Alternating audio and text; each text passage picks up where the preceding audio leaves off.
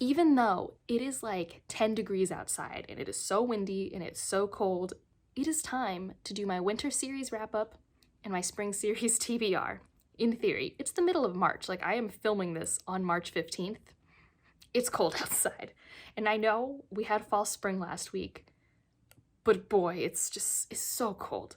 But let's get into it. If you are new here, these are videos I do every quarter. They're pretty simple. I talk about the series that I have finished, continued, started in the last season, and what I hope to read in the following season. It's a great accountability system for me. It really helps me be like, oh, I haven't touched that series in a long time. I should probably now prioritize it. Because I don't get like mad at myself if I like don't read every series I bring up.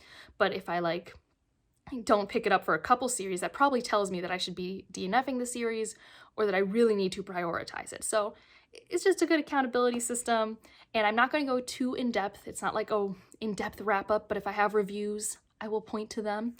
And let's get going. We'll start off with the series that I finished in the winter, and there were two that I was so close, but I'm technically starting and finishing them in spring, so they don't quite count.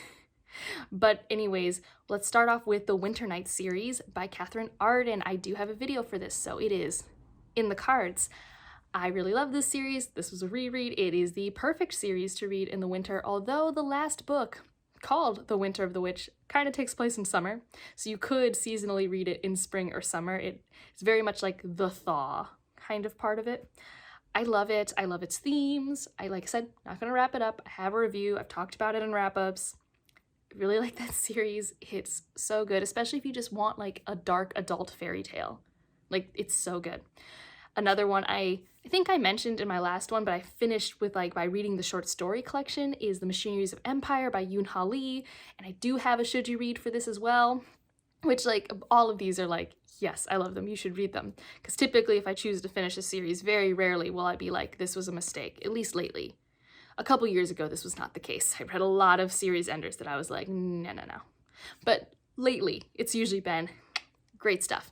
Machineries of Empire has some of the best endings I have ever read. I loved it. It was so cathartic. It was, it was perfection for me. I loved the ending of that. And then the short story collection, if you love the characters and you love the world, you really need to pick them up, especially for the author notes. Yoon Ha Lee is hysterical. So I have a should you read, and I even talk about the short story collection in there, so I'll try and be brief, but I finished that one. I also finished the Texkalan duology, although there might be caveat like novellas or other stories in that world.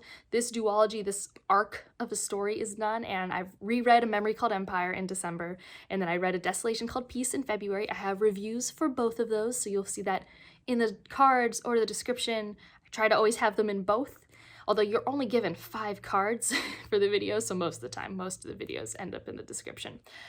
I love this sci-fi duology though. It is thematically rich. It is just so fun to pick apart. Like, we just did a live book club for the Space Sirens for Memory Called Empire. It's so good, and so many people read it multiple times because you really keep getting more from it. It's so good. So I'm really happy I finished that. So now we're gonna talk about the ones I didn't finish, but I caught up. There are no other things. Sometimes that's because it's the first book and it's a new release, but regardless, it counts.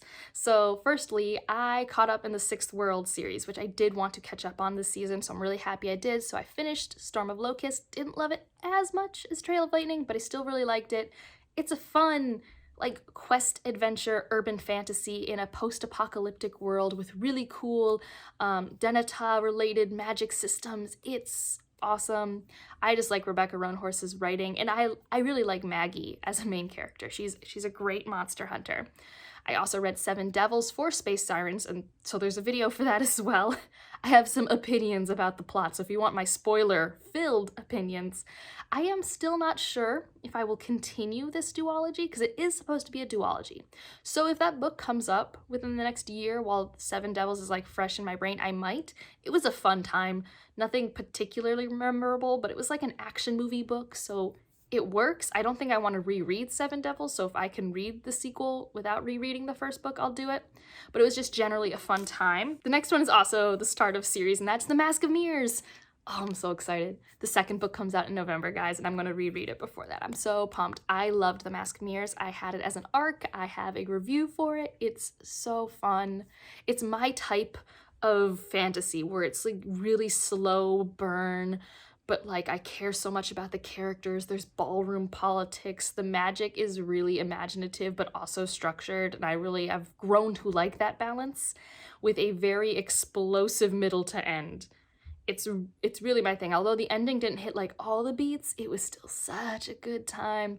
So that's another one I am really pumped. That's The Rook and the Rose. I don't know if it's a trilogy, a duology. I don't even care. I want to read all the things. I have so many questions. I am so pumped for November. And so then series that I did continue Wheel of Time. I read Fires of Heaven, and it was good. It was probably my second favorite or favorite in the series so far. I switched to audiobooks now, and that is the key. This is how I will continue the Wheel of Time. I've been struggling with physically reading them ever since I started the series. I thought that would get better come book 4, because book 4 is really when it does become very different from traditional fantasy. But like the issues I have with some of the character stuff and the writing stuff, it didn't go away. So audiobook really helps me because I just have this block when I read Wheel of Time. So that's going to be great. I also am currently like 40% of the way through Tower of Swallows. So I'm counting it for being finished in winter for Witcher 4. It is weird. I think my issue is the branding for the Witcher series. And you obviously can't change the branding from a marketing standpoint. You call it The Witcher, people will buy it. If you call it anything else, people aren't really going to know what's happening there. So they have to call it The Witcher. But I don't know why it was originally called The Witcher, right? Like these were books before it became the video game. And it's not about The Witcher. It's not. It's about this world. It's about this pivotal moment in this world's history. And it's specifically about this girl, more precisely, although it's more just a disjointed view of this moment in history. At least I'm 3.5 books in the way of this novel arc. And so it's not bad if I think about it like that, but it's not what I wanted. Like when I finished the short story collections, I was like, oh, Geralt's the coolest thing ever. I mean, I think one of my earliest videos, I'm like, I love Geralt. I'm so excited to get to know him more. He is so cool. And he's like, if I'm lucky, in half the chapters of a book. And that's like Baptism of Fire. Like right now, I've read 40%. He's said 4 lines.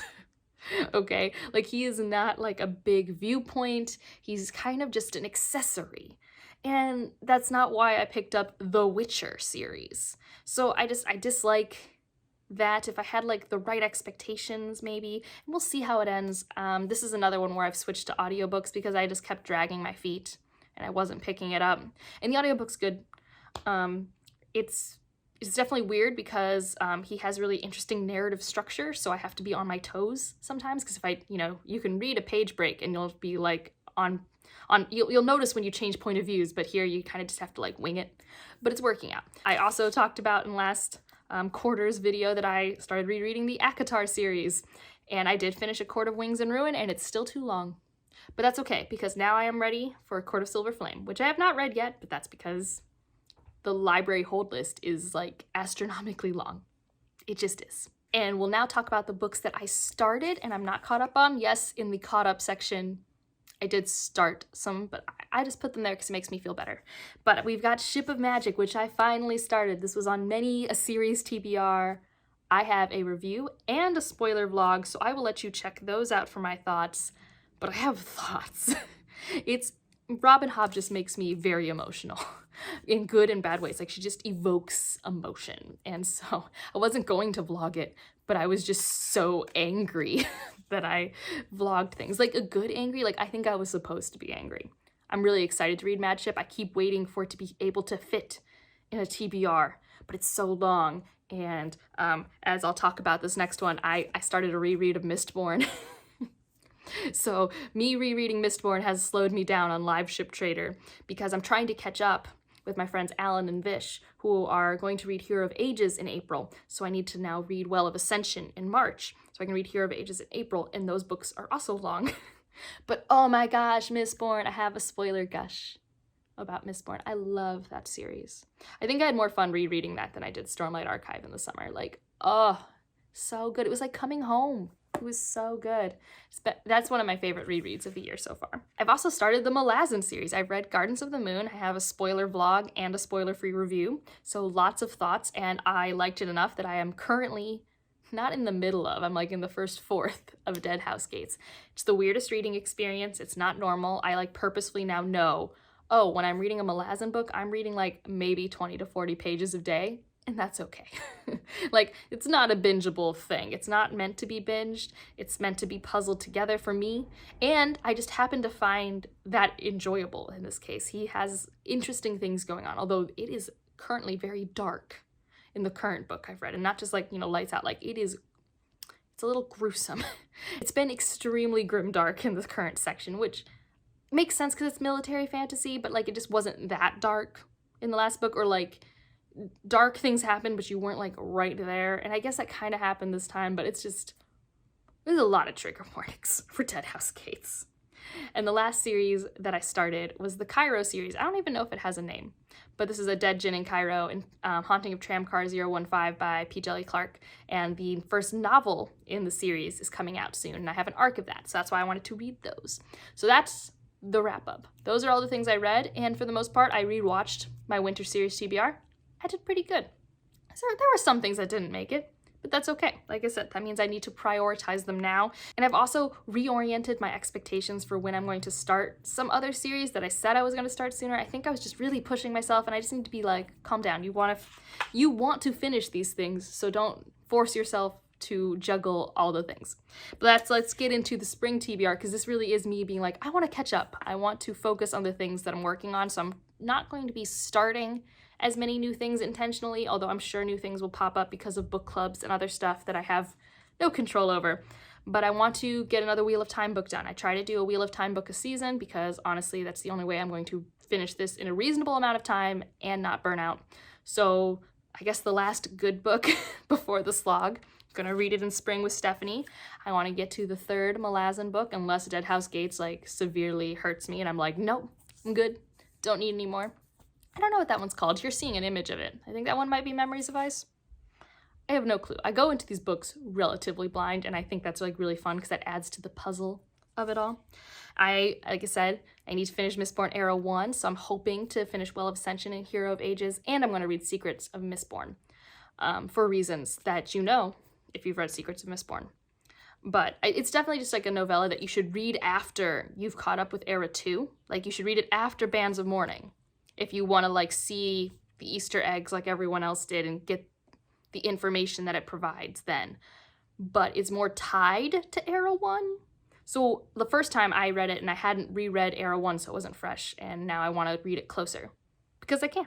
So that's on the docket. I want to read A Court of Silver Flames because I've heard great things. So I'm really excited for when like I need that like comfort fantasy romance. And I mean, I have it on hold, so I'm like, I'm waiting for it. I'm ready, and hopefully spring is the time. Like I said, I want to read Master of Djinn, so that's the next book in the Cairo series. I have an arc of that. I think it's released in May, so I'd like to read that in like April or May, probably early May. We'll see. And then, like I said, I want to read the rest of Live Ship Traders. It's so good. I want to read Mad Ship for sure in the spring, but like in a perfect world, maybe I binge it out. Maybe I read Mad Ship and then Ship of Destiny. Maybe I do that. It's a lot of pages. That's like 1700 pages, but I'd really like to. And then I really want to finish the Witcher series. I'm reading Tower of Swallows now, and since I've switched this to audiobook, I just want it to be my audiobooks until it's done, except for the short story collection. I'll do Lady of the Lake as an audiobook, but then I want to physically read the new short story collections, because I'm hoping, because they're supposed to be like prequel short stories, I think, that's back to like what I liked in the original short story collections. But I want to finish the Witcher stuff. I've been working on that for like a year and a half. I want to get it done. And then Catfishing on Catnip has a sequel coming out in April called Chaos on Catnip, and I have an arc. And I love Catfishing on Catnip. I have a review. It's just 6 minutes of me going, I love this book. So it's probably not more useful than me telling you this right now. But I am so excited to see where they go with Chaos on Catnip, because there were some implications at the end of the last book that were just like, potential sequel material, so I'm excited. And that'll finish, I think it's a duology. I honestly don't know, and I don't care if it keeps going, because I'm here for it. So those are all the things I would like to do. They are the top priority. But I do have some books I'd like to start the series of. Some that I know I'm doing because of book clubs, like Wild Seed. That was something I wanted to get to in the winter, and I didn't. But I'm for sure reading it for my Patreon book club, so that's happening, which I have a Patreon book club. You can check it out down below. It's very casual, very chill. We just had our first meeting. It was really fun. And so that's for sure happening. For Space Sirens, we're reading The Boneshot Daughter. There's no other books out right now, I'm pretty sure, but I hear there's Animal Companions. That's all I know. I know Judith and Justine love it, so I'm hoping I love it. I have that at the library. I need to get that. Another one I'm hoping to read is Ninth Reign. I have a copy that I bought from the UK, so I should probably read it because I went through the effort of getting a copy, because you can't get e-copies in the US. And it's because it's not published here. It's not self-published. It's not published traditionally. You can't get it. And Evie, I'll have her channel link down below. She was only Evie. Amazing person in the book community. But I was talking about in a recent tag video, I think the Leslie tag, the Nerdy Narrative one. And I was like, I guess I want the rest of the Ninth Reign series because I keep not finding the second and third at the same time at the same place. And she just ordered them for me. So it's really sweet. And I was talking to Tori, my friend Tori Morrow, and we were going to maybe buddy read it in the spring. So I'd like to read that. I also have this big book behind me, which is the start of a series. I'll put a picture here. I got this from the author, and it's a big book. I think it's the first in a series because it's fantasy, and typically, unless someone says standalone, you assume series. And so I want to get to that, and I'm planning on actually buddy reading that next month with Jocelyn. And the last two, the two that are the least likely to get to, because this is such a long list and these are not the only things I'm going to be reading in all of spring, but I'd like to start Sleeping Giants or Murderbot, because I was like, I need more sci-fi. So these are like the sci-fi series that I would like to start if things work out. And Murderbot, they're novellas. I have them on my iPad. And Sleeping Giant, I've been told audiobooking is really good for it, and I've also audiobooked the other Sylvain Nouvelle I've read. So if I finish the Witcher series in a timely manner and the Wheel of Time book I want to read, I can put that on like my audiobook docket. So those are the plans. Those are all the plans, and I'm sure there'll be more books when I check back in before the summer series TBR. But that's what I got. It's chaotic, but I'm excited because there's so many series that I'm like so pumped about, like Live Ship Traders. I'm really liking Malazan. I mean, I found a way to enjoy Wheel of Time. I'm really excited to finish the Witcher series. Hopefully it's a positive ending experience, but I'm like so close I can taste it. So I'm just like really pumped. What are you hoping to read for series in the next coming months? How do you handle juggling all the series? I know before BookTube, I used to just read a series until I was caught up or done. That is not who I am anymore. I think I actually started switching to this a little bit even before BookTube because of just library holds, because sometimes you just can't get the next book right away. But that's it for this one. If you want to leave an emoji, you can leave a bird for Ninth Reign, because that's what I can see in my bookshelf. And otherwise, like if you liked it, subscribe if you want to, and I'll see you in the next one. Bye.